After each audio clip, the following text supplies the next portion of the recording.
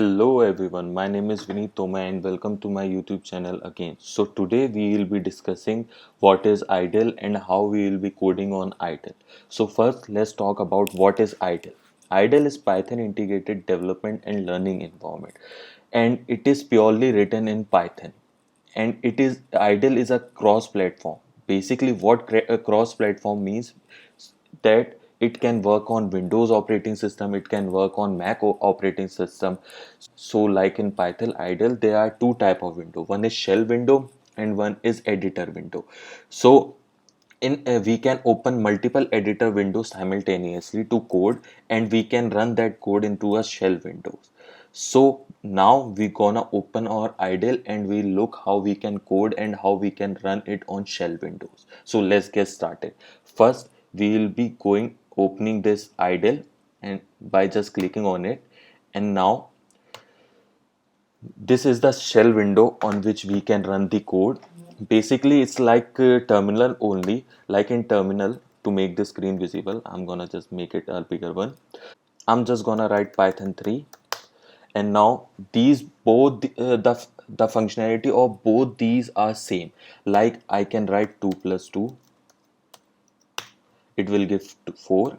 Now I can write 2 plus 2, it will give 4. So the main purpose to show you is that we can work on two different things. Like we can work on shell also, like we can work on terminal also. I was just telling you the two approach which works in a same way.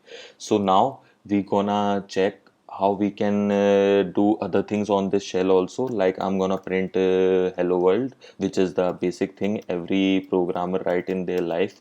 So I'm gonna just simply write hello world, and now I'm just gonna simply press enter.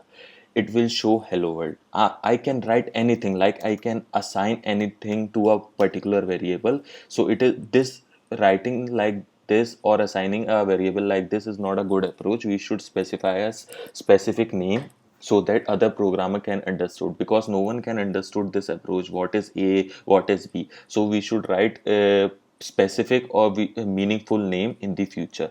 For now we can just check what it will do. So I'm just gonna simply print a, and it is showing 10. So now we're gonna check what is editor. Like if we want to write a multiple lines of code, then we can't write it on simply on shell. It will take a lot of time to run on this. So for the better approach, we will be just clicking on file and we will be creating a new file. We can name it whatever we want to name it. Like I can name it hello.py, which is the easiest thing to write on, and we will be simply putting this location as a desktop and we will be saving this file. So now we gonna just simply write hello world. So now we gonna just save this file, and now we gonna how we can run this file onto this shell. So for that there is a option. As you can see this run option, we will be just clicking on it and we just click on this run module.